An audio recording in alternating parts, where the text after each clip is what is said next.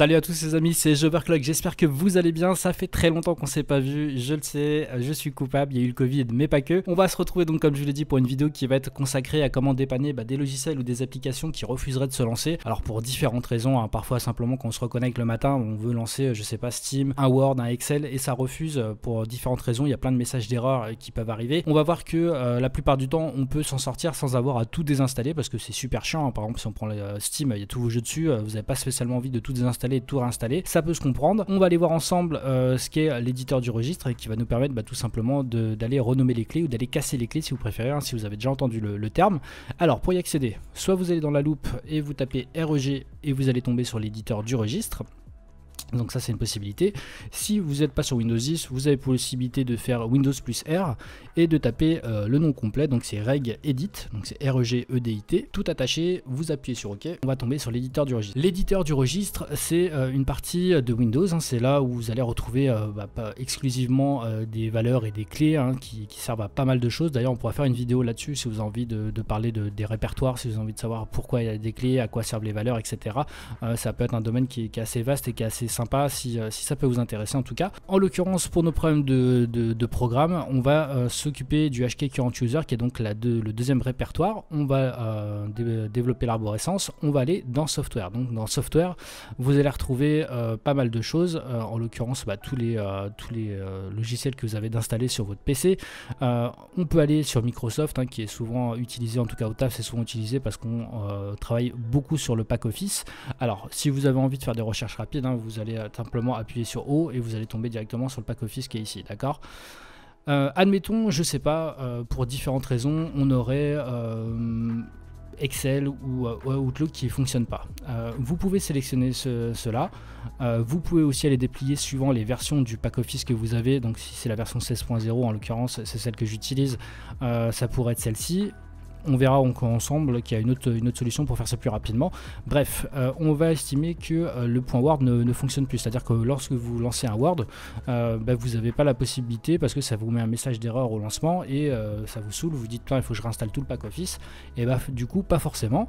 Ce qu'on va faire, c'est qu'on va simplement casser la clé. Alors quand on dit casser la clé, c'est très simple. Alors vous appuyez sur F2, vous faites un clic droit à renommer.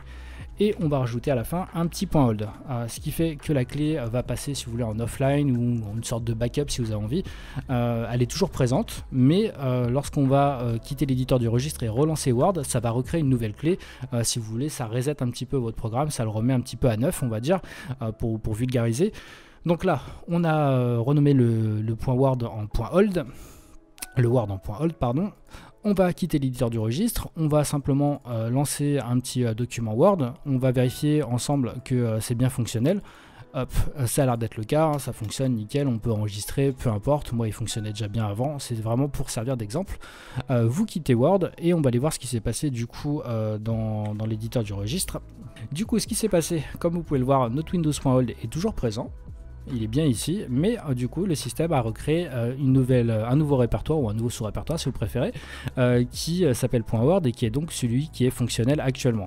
Si vous avez renommé une clé et que vous voyez que ça n'a pas fonctionné, il n'y a pas de souci si ça vous gêne pour différentes raisons, ça peut parfois arriver.